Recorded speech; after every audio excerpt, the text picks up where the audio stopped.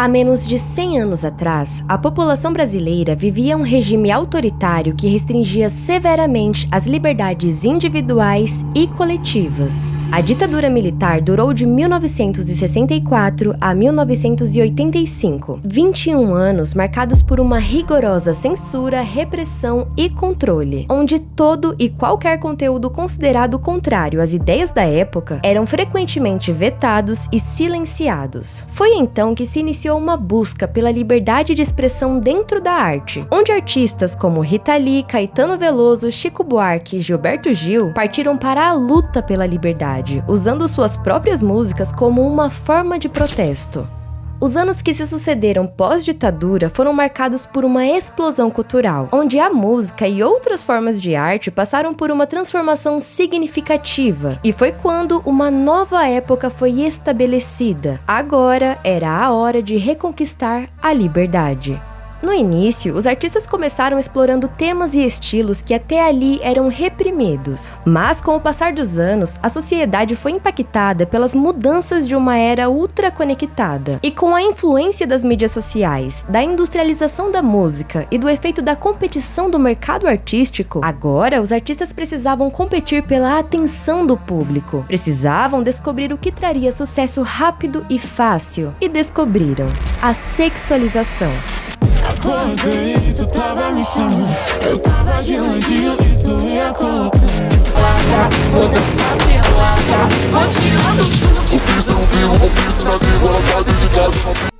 Homens e mulheres passaram a competir numa disputa invisível sobre quem chocava mais. E como tudo o que se escala, aquilo que no início era um palavrão aqui e outro ali, passou a se degradar mais e mais, chegando aos níveis da hipersexualização, como shows onde as pessoas encenam momentos sexuais em palco e cantam sem pudor algum. E o discurso por trás desse comportamento é sempre o mesmo, uma suposta busca pela liberdade individual. Porque, se somos livres, podemos fazer, teoricamente, de tudo, certo? Depende. Primeiro que a gente precisa começar do começo e se perguntar, mas o que é essa tal liberdade individual? A resposta dessa questão pode ser muito ampla de pessoa para pessoa. Eu sou a Jaqueline Bottom, esse é o Monodrama e o intuito desse canal é pregar a liberdade de pensamento, sabe? Debater assuntos que induzam o pensamento para além das narrativas que a gente ouve falar por aí diariamente. Mas talvez liberdade seja outra coisa para você. Liberdade para um CLT pode ser simplesmente ver o pôr do sol durante a semana. Liberdade para um pensador pode ser a capacidade de dividir suas análises com outras pessoas. E para um comunicador, liberdade pode ser a habilidade de falar com o máximo de ouvintes ao mesmo tempo. Só que eis o problema. Quando uma palavra tem significado demais, é muito fácil distorcer o que ela significa. Por exemplo, não sei se deu para perceber, mas eu sou uma mulher. E liberdade para mim é poder ter um canal bem sucedido de filosofia, uma área onde a maioria dos estudantes e profissionais são homens. Mas há quem diga por aí que ser uma mulher livre e empoderada é usar do seu corpo para conseguir certos benefícios dentro da sociedade. Pensamento esse muito vendido por esse pessoal que usa da hipersexualização como um atalho até o dinheiro e o sucesso, entre aspas, fácil. Eu particularmente vou precisar estar discordando dessa tese, não só no que se refere à liberdade da mulher, mas a liberdade no contexto geral, a liberdade para todos nós. Existe muita forma de liberdade que mascara na realidade uma gigantesca escravidão. E a gente vive num mundo cheio de ilusões, onde o vício que te faz sentir vivo, na verdade, tá te matando. Onde a comida industrializada que te faz sentir saciado não carrega nutriente algum pro seu corpo. E onde as armadilhas que prometem a liberdade, na verdade, nos transformam em prisioneiros. Existem diversos caminhos que à primeira vista parecem lucrativos ou até inofensivos, mas que a longo prazo podem render consequências irreversíveis para a vida de uma pessoa. E quem dera as consequências atingissem só aquela pessoa. Tudo isso é muito mais grave do que parece. Tá gravando um vídeo pelado. Eu trabalho com isso. Aí quando eu chego lá no 2, todo mundo fica me zoando. Em 1949, alguns anos antes da ditadura que rolou aqui no Brasil, George Orwell publicava 1984, um livro sobre um futuro totalitário, onde o partido exerce um controle absoluto sobre todos os aspectos da vida daquela sociedade. Dentre as formas de manipulação do partido, está presente a mídia, bem como as propagandas, jornais e veículos de informação, que usa de uma estratégia deveras peculiar para manusear a opinião pública, a redefinição das palavras. Isso na prática é como pegar uma palavra existente, alterar o seu significado para que se alinhe à ideologia regente e, com isso, restringir a capacidade de pensamento independente e crítico. Quando a gente fala sobre mudar o significado das palavras, a gente está falando em vender um falso discurso. E para que um falso discurso funcione, ele precisa deturpar a realidade, enfatizando uma falsa sensação de ganho e, claro, omitindo os prejuízos e as consequências. É tipo quando uma vendedora ou um vendedor de conteúdo adulto diz que comprou um carro ou uma casa com os ganhos desse trabalho, omitindo completamente o fato de que uma porcentagem muito pequena de pessoas ganham bem de verdade nessa profissão. Você pode falar quanto você ganha? Depende do mês, assim, aproximadamente uns 400 mil por mês.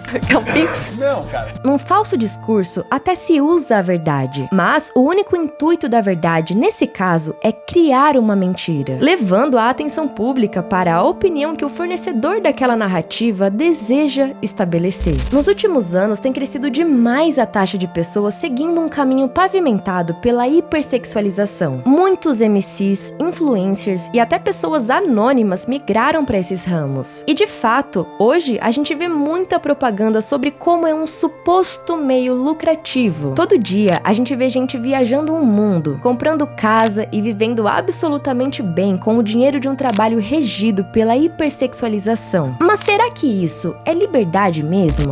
Eu acho que eu tinha uma certa inocência nesse negócio de mostrar corpo e da forma como eu me via. Porque eu me via real num lugar assim, cara, eu estou me sentindo bonita, estou me sentindo gostosa, tá tudo bem. Eu não me sexualizava como as pessoas me sexualizavam. Quando eu comecei a sentir esses efeitos dessa sexualização, eu comecei a ter aversão e um pouco de nojo, assim, sabe? De tipo assim, nossa, é assim que as pessoas me veem? Assim que as pessoas me veem no sentido de, tipo, é isso que elas me resumem? Pra mim era só, sabe? É uma roupa que eu gostei, fé. E eu vi as pessoas me diminuindo, me levando pra um lugar de diminuir meu trabalho, diminuir meu relacionamento, enfim, me destruir mesmo, assim, só porque eu tava usando uma roupa que eu me sentia confortável. E aí, essas coisas fizeram com que eu passasse a não me sentir mais confortável com eu mostrar meu corpo, com eu me sentir sensual.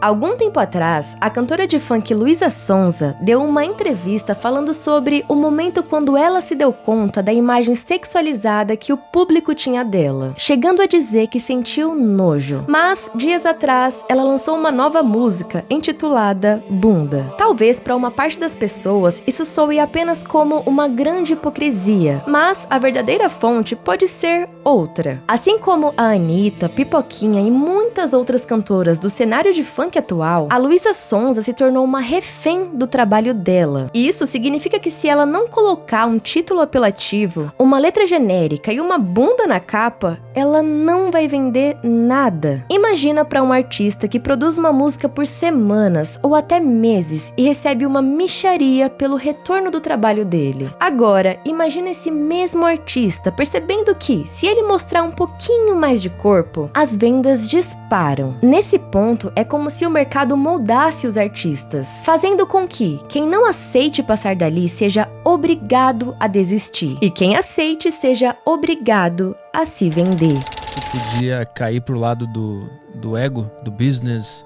de ser famosa. Tu sentiu que tu quase caiu, tu não caiu porque tu... Não, eu acho que quase não, mas sim. Você fica um pouquinho meio, sei lá, você fica meio perdidinho. Principalmente com muita gente falando do seu lado. O que você tem que fazer. Daí você fica numa bolha entre o que eu quero fazer de verdade. Você não sabe mais o que você quer. Tipo, o que eu quero? Mas isso aqui é muito legal também. Será que eu quero isso? Não, acho que eu quero. Você fica um pouco na dúvida, assim. Não deu tempo de eu ficar muito nisso, mas eu fiquei um tempinho. Existe uma tentação de... Tem. aceitar as sugestões do Sim. business. Eu cheguei a gravar uma música que, tipo assim, hoje eu olho e falo, gente, eu cheguei a gravar. Não tinha nada a ver comigo isso. Mas assim, cheguei a gravar, pensar em clipe, coreografia pro clipe, assim, era um negócio completamente que, assim, quem me olha, assim, no dia a dia, fala, nossa, Iô, nada a ver com você, sabe? Assim. Que era uma coisa mais... Era o quê? Eu não sei. Era tipo uma vibe meio Anitta quando ela começou, assim, sabe? Mas a consequência do caminho que confunde a sexualização com a liberdade é se tornar um produto do seu trabalho, entrando numa espiral de objetificação, onde o público te verá cada vez menos como um ser humano e cada vez mais como um produto que só vai funcionar enquanto estiver seguindo aquela fórmula sexualizada. A Anitta, por exemplo, é uma cantora que poderia ser lembrada por levar o funk para solo internacional ou por vários prêmios que já ganhou na sua carreira. Mas as últimas vezes que o nome dela foi mencionado na mídia foram por uma tatuagem no e um show na virada, onde ela tava cantando sobre sexo oral. Eu sou formada e tô com muita gente. Eu sou gostosa e sou tua chefe. Eu mando em tudo sem pagar. A Anitta é uma pessoa que você nem precisa conhecer tanto pra saber que ela é uma grande estrategista quando o assunto é a carreira dela. Mas, por algum motivo, a maior relevância dela vem das atitudes mais toscas que ela toma. Isso significa que no dia que ela pensar em lançar uma música que não envolva hipersexualização, simplesmente não vai fazer sucesso. Isso porque ela se tornou uma refém dessa hipersexualização. Maquiavel um dia disse que é perigoso libertar um povo que prefere a escravidão. Não fazem nem 100 anos que a ditadura aconteceu, a época onde a mulher não podia nem votar ou ter acesso rápido a métodos contraceptivos. E será que essa tal liberdade que a gente vê hoje na arte é a mesma liberdade pela qual a Rita Lee lutava naquela época? A gente se libertou daquela forma de escravidão e no final caiu em outra. E essa forma de escravidão é uma das mais dolosas porque o escravizado sequer tem a ideia de que ele é um escravizado. Ele tá ali vivendo, achando que é livre, quando tá mais preso do que nunca. E pior, sendo um catalisador que atrai outras pessoas até aquela falsa ideia de verdade. A gente sequer sabe ainda os efeitos psicológicos que a sexualização vai ter no cérebro das pessoas a longo prazo, ou sobre como as relações interpessoais podem ser afetadas. O que a gente já pode ver hoje, seja nas figuras do cinema ou da vida real, é que essa vida que é vendida como fácil, de fácil não tem nada. É muito difícil que seja boa uma carreira onde você se torna uma chacota na sua vida pessoal, onde as pessoas não te levam mais a sério dentro da sociedade, onde uma parte do seu corpo é mais valorizada do que a pessoa que você é. Mas pode ter certeza, a gente vai continuar ouvindo o discurso de que isso é liberdade. Eu tô tão triste, eu tô tão cansada, eu tô tão cansada de ficar triste. Não, me dá vontade de não viver, mano, de tipo, desaparecer. Me dá vontade de desaparecer do mapa, velho.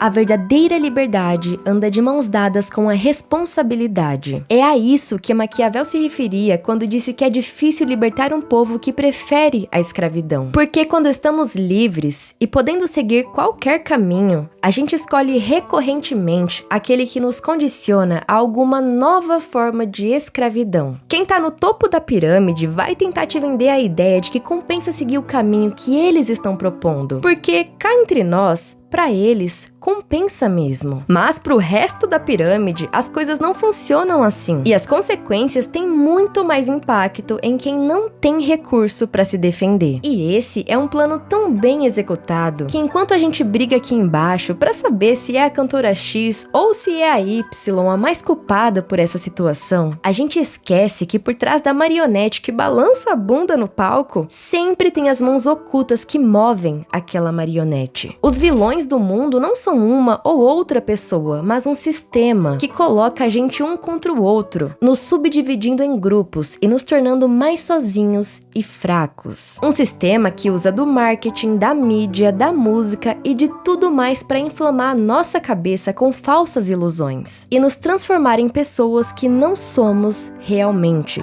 A melhor forma de nunca esquecer a verdade é continuar falando sobre ela. Então, se você chegou até aqui e achou a mensagem importante, eu peço que você comente "O empoderamento mente", para que o algoritmo divulgue esse vídeo para novas pessoas. Se você gostou do conteúdo e quiser apoiar o canal, eu te convido para que você se torne um membro aqui do Monodrama. Por hoje é só, um beijo e até a próxima!